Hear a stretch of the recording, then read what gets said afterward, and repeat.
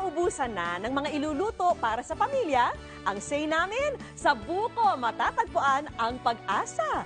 Bukod sa pagiging hitik sa sustansya, kaya rin itong bumida sa mga putahing malasa. Virgin coconut oil, gata, at bunot. Ilan lang yan sa mga produktong nakukuha sa tinaguriang Wonder Fruit. Walang iba kundi ang coconut o buko. Nagmula ang coconut sa pinaghalong Portuguese and Spanish word na coco na ang ibig sabihin ay ulo o bungo. Hawig daw kasi sa mukha ng tao ang tatlong marka ng coconut shell. At ngayong tag-init, patok ang super refreshing buko na mabibili sa halagang 25 hanggang 30 pesos. Approve pa sa kalusugan dahil mayaman ito sa antioxidants, protein, potassium at vitamins A, B at C. Kaya naman ito ang naisipan naming itampok sa Good News Kusina.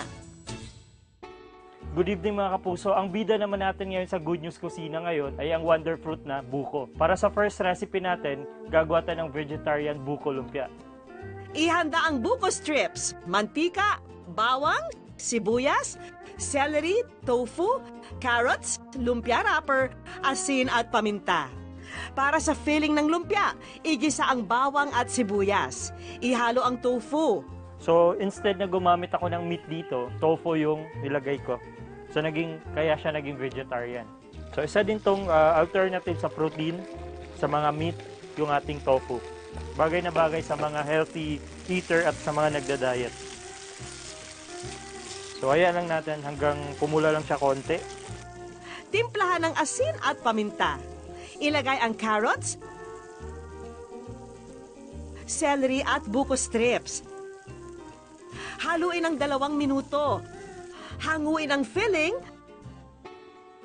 at ilagay ito sa lumpia wrapper. Pagkatapos natin mabalot yung ating lumpia, pwede na natin siyang i-deep fry.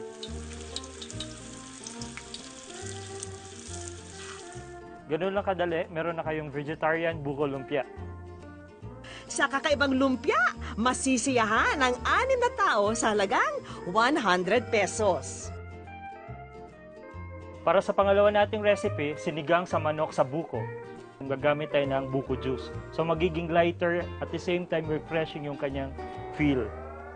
I-ready rin ang manok, sibuyas, kamatis, tanglad, luya, laman ng buko, siling pansigang, sampalok at asin.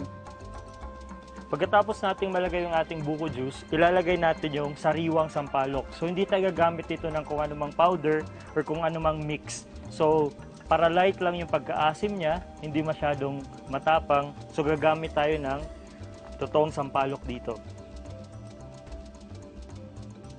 Pag kumulo na yung ating sabaw at nag-iba na yung kanyang kulay, pwede na nating tanggalin yung ating sampalok. Ilagay ang tanglad na pampabango, kamatis, sibuyas, at luya. So optional yun kung pwede nyo lagyan ng iba pang gulay gaya ng usual na sinigang, talong, okra, or gabi. So pwede na natin isunod yung ating manok pag nakita natin kumukulo na yung ating sabaw. So ang ginamit kong part dito, yung white meat na part lang, para saktong-sakto sa ating light na sabaw din na buko. This one naman, breast part, bagay na bagay dito sa mga nagdidieta or sa mga health conscious dyan. Mga 15 to 20 minutes, ready na tong ating chicken. Timplahan ng asin at ilagay ang siling pansigang at buko meat. So instead na maraming gulay, so ito yung nilagay natin sa ating sinigang na manok sa buko. Ganun lang kasimple, ready na yung ating sinigang na manok sa buko. Ang pinaghalong tamis at asim ang nagpapasarap sa espesyal na sinigang na ito. Pwede nang mabusog dito ang 2 hanggang 3 tao sa halagang 120 pesos. Ito naman yung pina-healthy na version ng paborito nating merienda. So gagamit tayo ng buko instead of noodles. Ang tawag natin sa recipe na to, pansit buko. Para sa pansit buko, ihanda ang mantika, bawang, sibuyas, manok, hipon, Baguio beans, carrots, paminta, patis, kinchay, at syempre, ang star ng ating recipe, ang buko strips. Igisa ang sibuyas at bawang.